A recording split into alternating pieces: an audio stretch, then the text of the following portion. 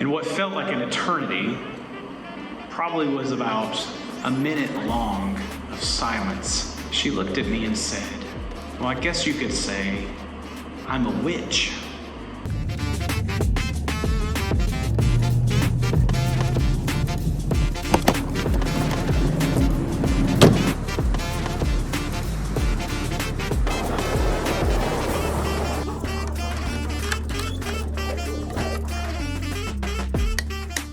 Hey, my name's Bobby. I'm a chaplain resident at a level 1 regional trauma center, checking in for a day in the life of a resident chaplain.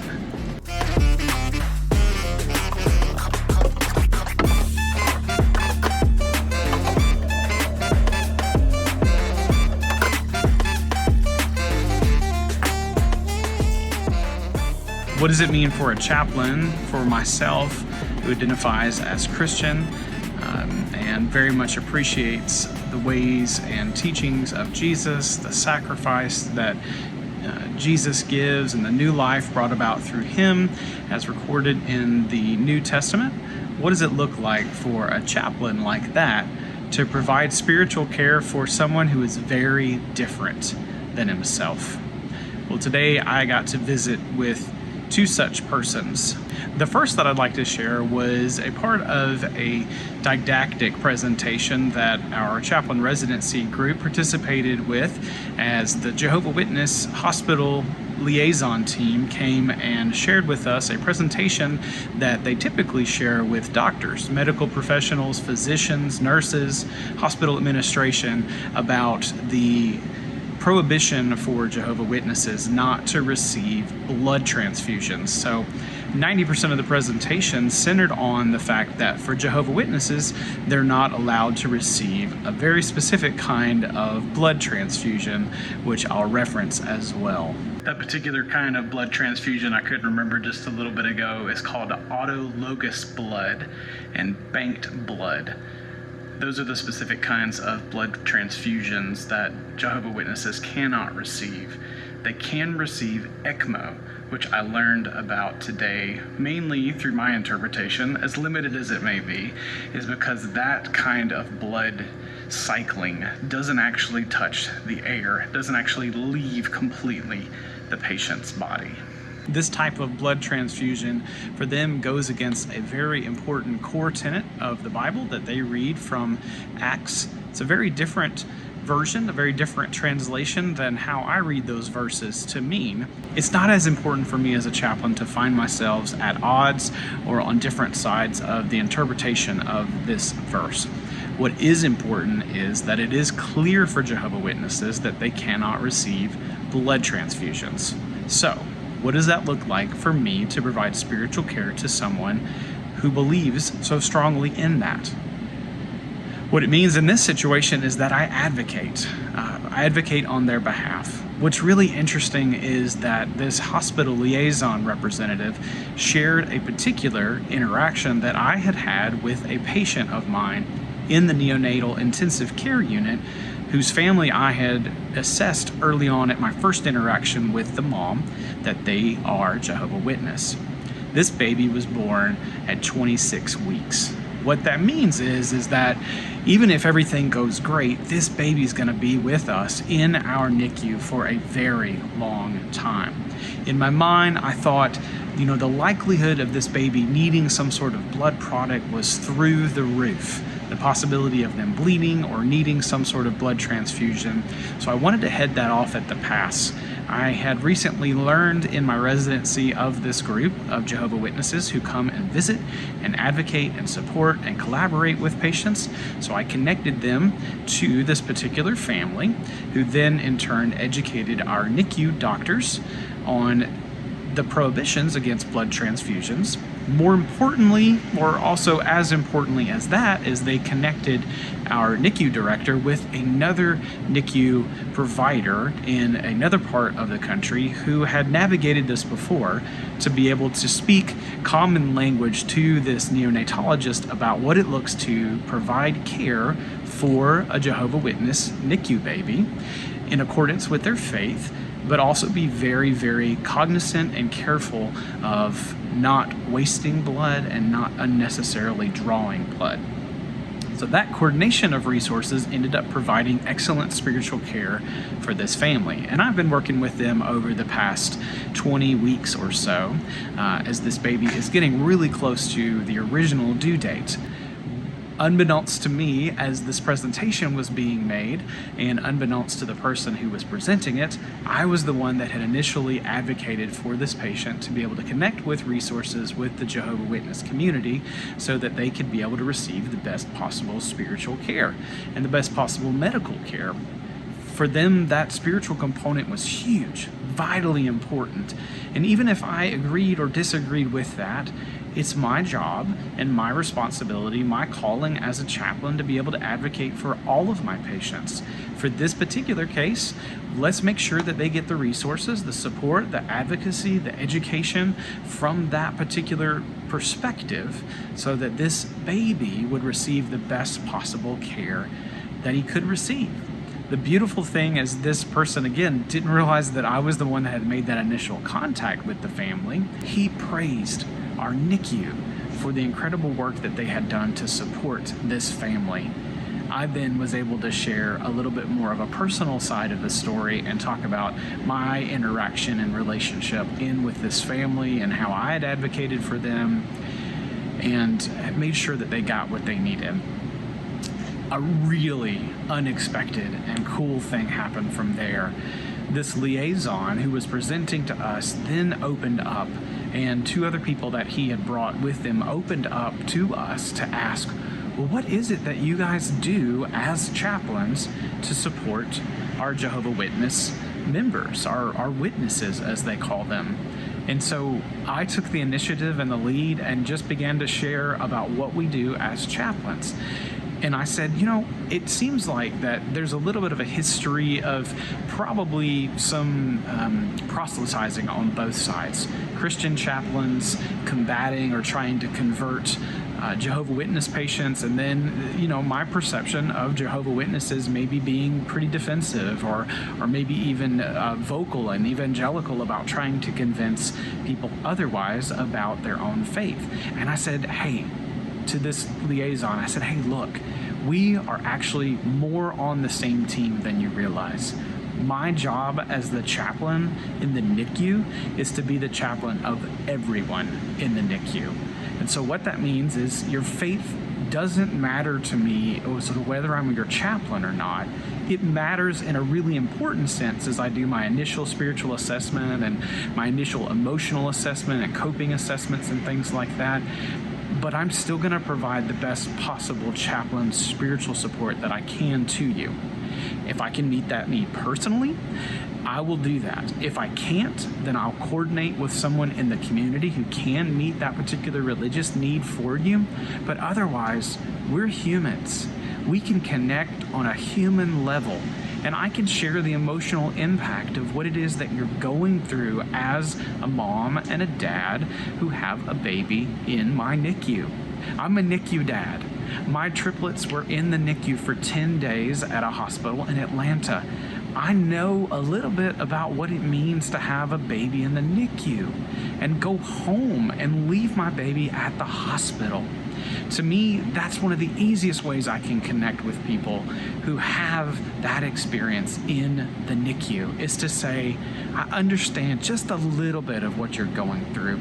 And no, I can't really fully understand exactly what you're going through, and I'm not trying to say that I do, but I understand a sliver of compassion and really a sliver of empathy as to what it is that you're experiencing, because I've been there. I've walked a little bit of that road, and I understand your perspective just a little bit. So I want to connect with you, and I'm wondering if you'll invite me in and let me connect with you and share with you. And so if we can connect on that human level, then I can provide incredible care for you.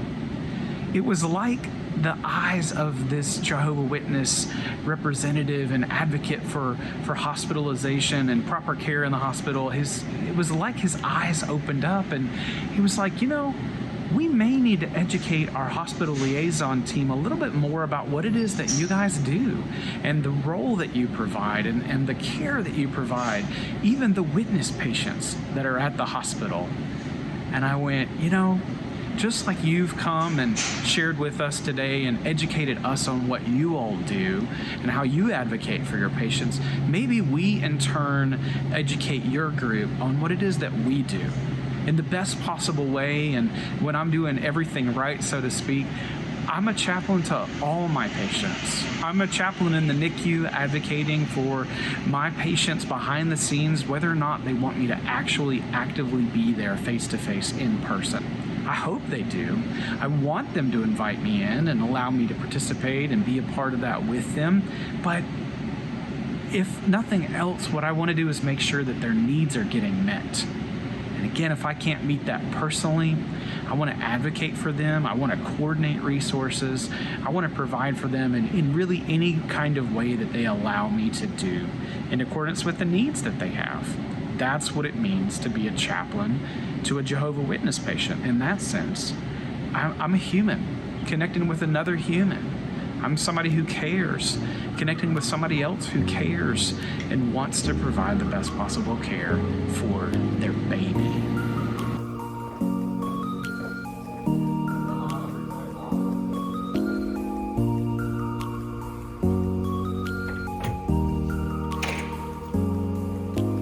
The second interaction I want to share of what it is like for a chaplain to provide spiritual care to someone that I don't necessarily agree with theologically. It was with another mom who had a baby here recently. As I met with this particular mom, actually as I was going into her room, the resident doctor that was leaving her room shared something really interesting with me that I really didn't know how to take. She said that the patient was being non-compliant in regard to her medication. So that sort of set a little bit of the tone and a frame for me as I began to walk into this mom's room. It's kind of a mental note that I made, but I still wanted to connect with this mom because I was doing an initial visit for a new NICU baby and her family. So as I met with this mom, I did my typical spiritual assessment and conversation, initial contact, that sort of thing. This mom was very guarded and very distant to start with from me, and in kind of a weird sort of way that really made me curious. It made me wonder what was going on and what had been said to her. If the resident doctor had described her as being non-compliant, there was a reason why this patient felt like this patient felt like she needed to refuse what was going on. So I invited the mom to share with me really what was going on. We didn't talk about her medication or her specific care personally, but I tried to establish rapport with her personally to start with. Let's make a connection and connect and learn a little bit about who each other are in this particular interaction. And that's typically what I do with all my patients, all people that I try to meet as a chaplain to start with. Let's connect. And in fact, I do this with people that I meet in the community as well. Used to do a lot of work for the Chamber of Commerce, and my guess was, and still is, that we can find some sort of common ground on pretty much any kind of person from any kind of background. If we just try hard enough and we're willing to do that, I bet we can find some common ground. And we can connect, we can share, we can interact and have some sort of a relationship, even if we're very different people. So again, with this mom, as I was going in to talk to her, hey, what's going on? How are you doing? Help me to understand a little bit about who you are. Do you have other kids, your family, support system?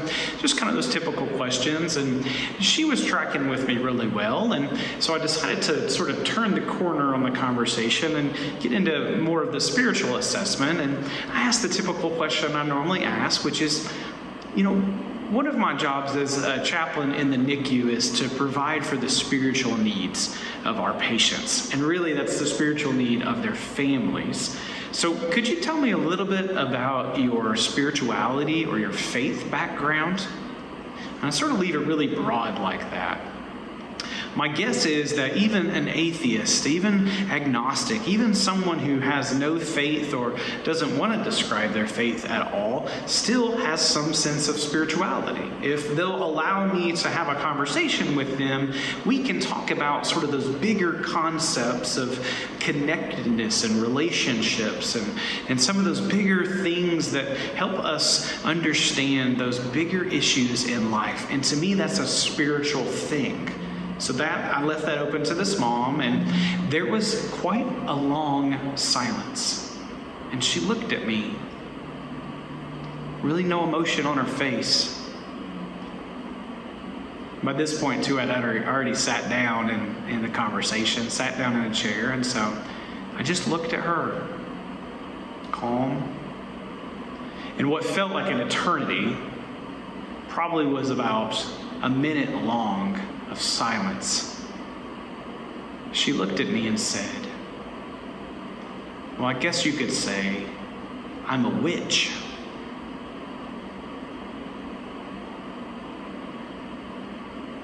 And I paused.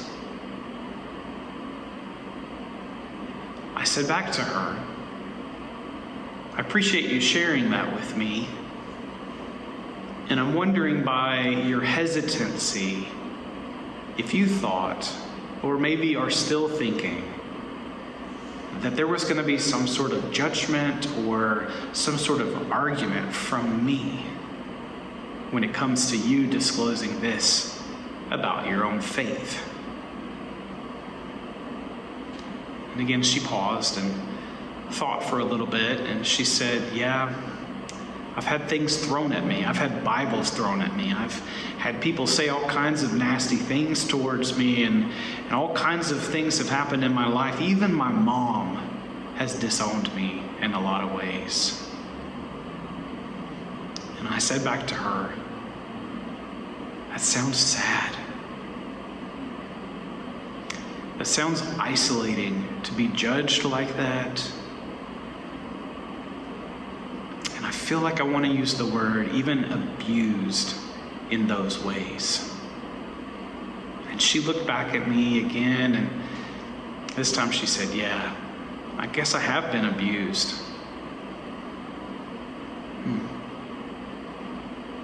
And I said, "That makes me sad that you've been hurt like that. I don't want to be someone that continues that hurt in your life. And so if you'll allow me, I'd like to be your chaplain. And if you'll allow me for your baby, I want to be your baby's chaplain too."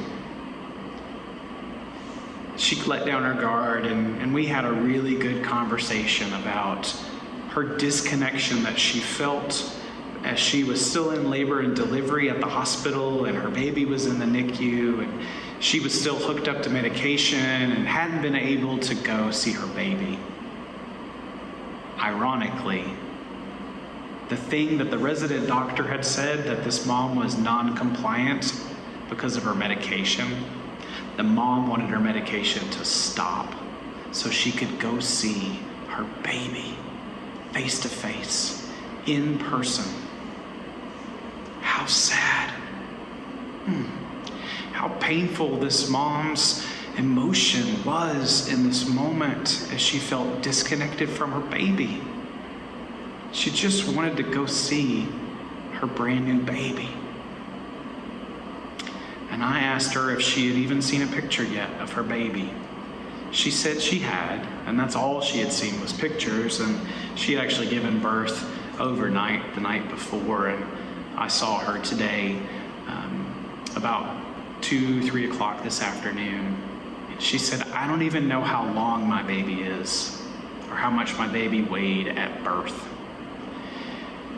And I said, "You know, if you're okay with me doing this, I'll reach out to the nurse for sure, and your doctor too, and the baby's doctor specifically, and just share that concern. And I'm wondering if the number that's in your chart is the phone number that I see right here in front of you on your bed." And she said it was, and I confirmed the number. And I said, "Here's what I'm going to do. As soon as I'm done with this visit, I'm going to send your doctor a message and ask your doctor to reach out to you. At least a phone call. They may even be able to come by in your room and spend some time with you. How would that help? Would that make you feel a little bit better? Would that help you feel a little bit more connected and informed with what's going on? And she smiled at me for the first time. And she said, yeah, that's really what I need. And hey, would you pray for me? Would you pray for my baby? I'm open to that. I want you to do that if you would. And I said, I'd be glad to pray for your baby. I'll even go pray with your baby, beside your baby's bed. And if you would like, I'll pray for you right now. Her response back to me was, if you want to, you can pray. And my response back was, if you want me to, I'll pray. And she said, yeah, I'd like for you to pray. And so I prayed with her right there. A chaplain connects with someone who is much different than them by being human, by caring, by loving.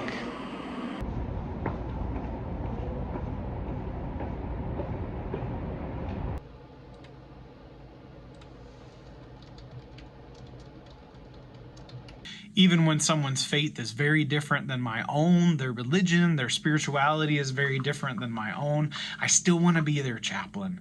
I still want to be invited into a conversation and to be able to provide spiritual care for someone in particular. Dr. Gordon Hillsman in Spiritual Care in Common Terms describes spirituality as all that people have learned to do, believe, ponder, and practice in order to cope with and enjoy what human beings cannot control.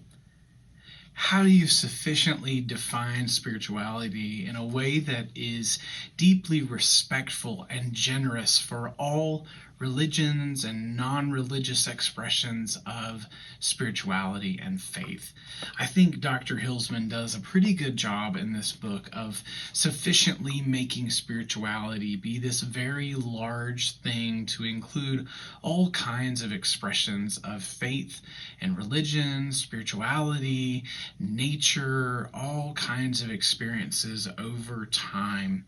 This very generous way of looking at spirituality makes room for me as a chaplain to be able to call attention to those emotional things that really most people wouldn't define as spiritual, but deeply identify and deeply reflect deep values that someone has in order to cope with and enjoy the things of life. Those big things, when we can't explain, how do we explain the unexplainable? How do we talk about coincidence when it's too coincidental to be coincidence? In many ways, that's what I get to do as a chaplain all the time, is to call attention to those really big things in our lives where we find value and meaning and worth and dignity, and call attention to those things to support people and bolster them. And sometimes my role is to challenge and to confront, but so many times as well, my job is to support, to companion, to come alongside, to validate, to make space for that expression. That happens through connection. That happens through a common experience that we get to participate in together. That comes in the sense of me humbly admitting I don't have it all figured out, and inviting someone to invite me into their world and share with me, to teach me, to help me understand what they need in order to support them or provide for them in their particular time of need. For me as a Christian, that is a deeply spiritual Christian thing for me to do. I see Jesus doing that all the time in the Gospels, meeting people right where they are at their deepest moment of need, and calling attention to the truth of the good news of his love and his grace and his mercy for them. For me as a chaplain, my work is deeply inspired by my faith, by my Christianity, my following of Jesus. That's what it's like for me and what it's about for me behind the scenes. That's what motivates me, but it's not the thing that I keep on my shoulder. It's not the barrier that I put up or the requirement that I put on people that they have to be at that place as well. Jesus didn't do that either. Jesus was the most negative and the most judgmental, if you will, towards those people who said they had it all figured out and they had it all together, the religious leaders. To those people that really understood their need and admitted their desire for some sort of something, Jesus met them right where they were. And that's what it's like for me as a chaplain, is to go with someone, meet them in their deepest, darkest needs, and call attention to the truth of the gospel, the truth of the good news that they're loved, that they're cared for, that they're not alone. That's what it's like for a chaplain to minister to someone who is very different than the chaplain themselves. May we all do that. We encounter people all the time that are very different than us. We may or may not realize it. We may or may not want to recognize it. Our impulse may be to run away from that. Our impulse may be to be afraid or threatened or scared by that. I want to take the position of being curious. I want to take the position of trying to connect with someone on a deep spiritual level.